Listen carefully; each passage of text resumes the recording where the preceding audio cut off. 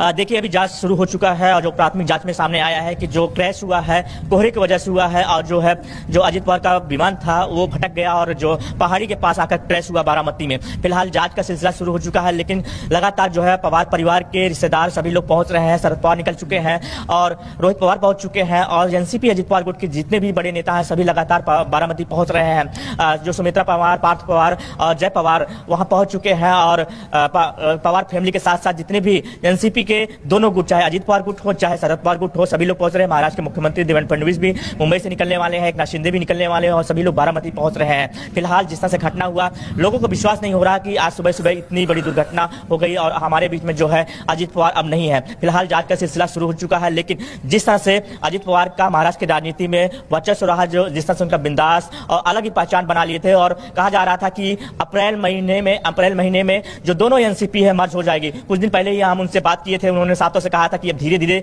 सब ठीक हो जाएगी, परिवार सब ठीक हो रहा है, परिवार साथ में है। लेकिन जब हम उनसे पूछा कि पार्टी के बारे में तो उन्होंने साफ से कहा कि ये शुरुआत है और ये कहा जा रहा था कि जो अप्रैल महीने में है जो एनसीपी शरद पवार गुट है और एनसीपी अजित पवार गुट है दोनों मर्ज हो जाएंगे, फिर से एक बार साथ में हो जाएंगे। सुप्रिया सुले जो है केंद्र में जाएंगी और महाराष्ट्र की राजनीति में अजित पवार हैं। लेकिन महत्वपूर्ण यही है इस समय कि ये प्लेन जो है ये कैसे एकाएक हादसे का शिकार हुआ। जैसा आपने कहा कि प्राथमिक जांच में सामने आया कि प्लेन भटक गया, उसे एयर स्ट्रिप नहीं दिखी, लेकिन अभी भी बहुत सारे ऐसे सवाल हैं, क्या लैंड करना उस वक्त जरूरी था? क्योंकि अगर एयर स्ट्रिप नहीं दिखी तो क्या थोड़ी देर में हवा में नहीं रहा जा सकता था? ईटीसी से क्या संपर्क हुआ? बहुत सारी ऐसी चीजें हैं जो सामने आना बाकी हैं और मुझे लगता है इसलिए देवेंद्र फडणवीस ने कहा कि अपूर्णीय क्षति है, केवल देश के लिए, महाराष्ट्र के लिए नहीं बल्कि महाराष्ट्र के लोगों के लिए, पुणे के लोगों के लिए, अजित पवार से जो लोग जुड़े हुए थे उनके लिए।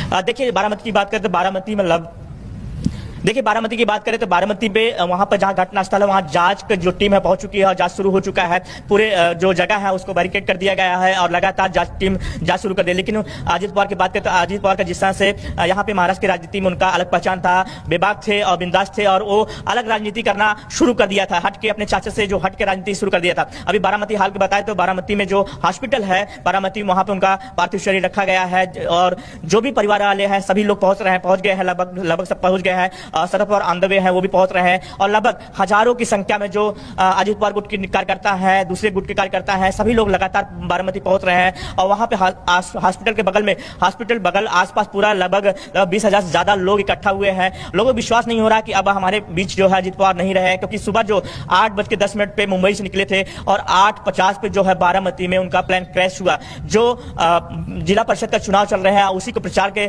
लिए निकले थे और बारामती में सभा था, बारामती में उनका मीटिंग था, ये तय था और मुंबई से आज सुबह रवाना हुए थे। लेकिन 8:50 पे उनका जो प्लेन क्रैश हुआ वहां पे उनके नेता भी पहुंचे थे बारामती, क्योंकि विधान जो है जिला परिषद का वहां पे सभा लेना था, प्रचार करना था, तो इस सिलसिले में लगातार वहां पे नेता पहुंचे थे। लेकिन जिस तरह से यह हादसा हुआ, फिलहाल हादसे को लेकर जांच शुरू है, लेकिन विश्वास नहीं हो रहा लोगों के बीच में कि आज हमारे एक बात और सामने आई है, जिस कंपनी का ये विमान था उसका विमान करीब 3 साल पहले भी हादसे का शिकार मुंबई में ही हुआ था। 14 सितंबर का वो दिन जब हादसे का शिकार हुआ था, उसकी भी जांच की गई होगी, उसमें क्या कमियां पाई गई थी, इसमें क्या कमियां हैं, क्या लापरवाही रही, कोई तकनीकी कारण किस वजह से हादसा हुआ या सिर्फ कोहरा कारण था हादसे का?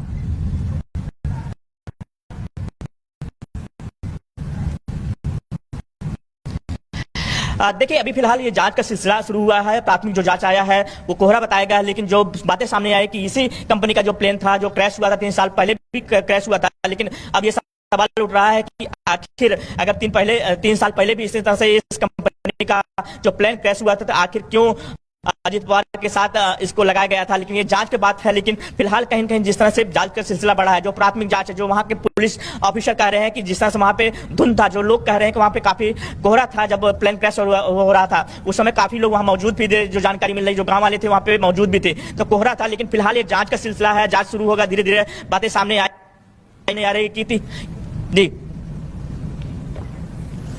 बिल्कुल सत्यप्रकाश, जो जानकारी आप दे रहे हैं ये जांच का विषय है, लेकिन इस समय सबसे अहम खबर यही है अजित पवार का प्लेन क्रैश हुआ है तो कैसे हुआ है, यही सब जानना चाहते हैं। और आपको बता दें सभी रिएक्शंस आ रहे हैं, हम सब के लिए दुखद विषय है।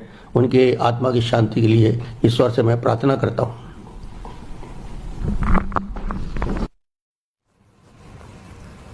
तो रमन सिंह, छत्तीसगढ़ के पूर्व मुख्यमंत्री को आप सुन रहे थे, उनका भी ये कहना है कि जैसे ही इस हादसे की जानकारी मिली हर कोई स्तब्ध था। ये तस्वीर आपको दिखा रहे हैं बारामती में जेएमसी अस्पताल के बाहर की तस्वीर, जहां धीरे धीरे लोग और इकट्ठे होते जा रहे हैं। लोगों का जमावड़ा या भीड़ कम होने के बजाय लोग और बढ़ते जा रहे हैं। अस्पताल की छतों पर लोग मौजूद हैं, महिलाएं भी बड़ी संख्या में अंतिम दर्शन के लिए अजीत पवार की पहुंची हुई हैं। लोग यही कह रहे हैं अजीत पवार अमर रहें, आंखों में आंसू हैं, लेकिन जबान पर सिर्फ एक ही बात कि अजीत पवार अमर रहें। आज उनकी यादें ही लोगों के साथ रह गई हैं, लेकिन आज वो यादें भी लोगों के साथ हैं जब वो चुनाव प्रचार के लिए विधानसभा के लोगों के बीच गए थे और महाराष्ट्र के विकास के लिए लोगों का साथ मांगा था। आज वही लोग जिन्होंने साथ दिया अजीत पवार का, वो भरोसा नहीं कर पा रहे कि अजीत पवार उनके बीच नहीं है।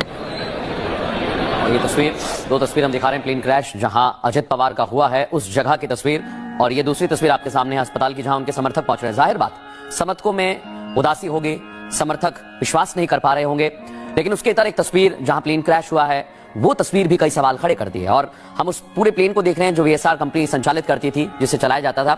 और ये इलाका जो है, जो महाराष्ट्र और पुणे का इलाका है, बारामती से ये प्लेन उड़ता है और जहां पर लैंड करना था उसके आसपास काफी पठार हैं, काफी पहाड़ हैं। और इस वजह से सवाल ये कि ऐसा क्या हुआ एकाएक, क्या वाकई कोहरा इतना था, क्योंकि आमतौर पर पुणे में इतना कोहरा होता नहीं है, और वो इलाका जो है वहां पर इतना कोहरा कैसे हुआ, और क्या वाकई एयर स्ट्रिप नहीं दिखी। बहुत सारे ऐसे सवाल हैं, जैसा हमारे सहयोगी सत्यप्रकाश ने बताया कि उसकी जांच की जाएगी, लेकिन समर्थकों को इसलिए विश्वास नहीं हो रहा है कि अजित दादा पवार का प्लेन क्रैश हुआ है और वो हम सबको छोड़कर चले गए हैं, उनका निधन हो गया है।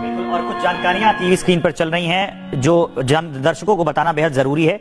पिंकी माली उसमें अटेंडेंट थी, शांभवी पाठक उसमें पायलट थी, सुमित कपूर उसमें पायलट थे। 2 पायलटों का वहां पर समूह था, और अजित पवार जो डेप्यूटी सीएम थे और इनके साथ साथ जो विदित जाधव थे पीएसओ, ये सब लोग उस प्लेन में मौजूद थे।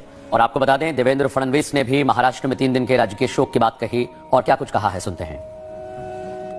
समूचे महाराष्ट्र में बहुत ही दुख का वातावरण तैयार हुआ है। हम सभी के लिए इस प्रकार के जन नेता को खोना एक अपरिमित इस प्रकार की हानि है। व्यक्तिगत मेरे लिए वो एक बहुत ही दमदार और दिलदार इस प्रकार के मित्र थे, और हम दोनों ने साथ में काफी संघर्ष का काल भी देखा है, और अब दृढ़ता के साथ महाराष्ट्र के विकास में जब वो योगदान दे रहे थे और एक बहुत लंबी पारी वो खेलेंगे, ऐसी परिस्थिति थी। ऐसे समय उनका निकल जाना, मैं ऐसा मानता हूं कि इसके लिए हमारे पास कोई शब्द भी नहीं है, और उनके परिवार पर और उनका जो बृहद परिवार है राष्ट्रवादी कांग्रेस पार्टी, उसके पदाधिकारी कार्यकर्ताओं पर ये जो दुख आया है ये सहना बहुत कठिन है। इस दुख की बेला में हम सब लोग उनके साथ में हैं। अभी जो उनका परिवार है वो जब बारामती पहुंचेगा, उसके बाद उनसे चर्चा करके आगे की सारी चीज़ें ज्ञात की जाएगी। मैं उप मुख्यमंत्री एकनाथ जी शिंदे, हम सभी लोग अभी कुछ समय में बारामती जाएंगे, और उसके बाद आगे की चीज़ें आप तक हम पहुंचाएंगे। सुबह मैंने आदरणीय प्रधानमंत्री जी को और आदरणीय गृह मंत्री जी को इसकी पूरी जानकारी दी। उन्होंने भी इस घटना पर बहुत दुख व्यक्त किया है। सभी लोग एक प्रकार से शॉक में हैं, और अब आगे की जो भी कार्रवाई है वो जैसे तय होगी वैसे आप लोगों को बताया जाएगा। अजित पवार का ये एक्सीडेंट में निधन होना ये बहुत ही दुखद और दुर्भाग्यपूर्ण है।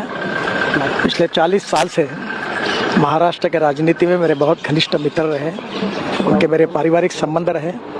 बहुत कर्मठ, अच्छा प्रशासक और विकास की दृष्टि रखने वाले ऐसे वो नेता थे।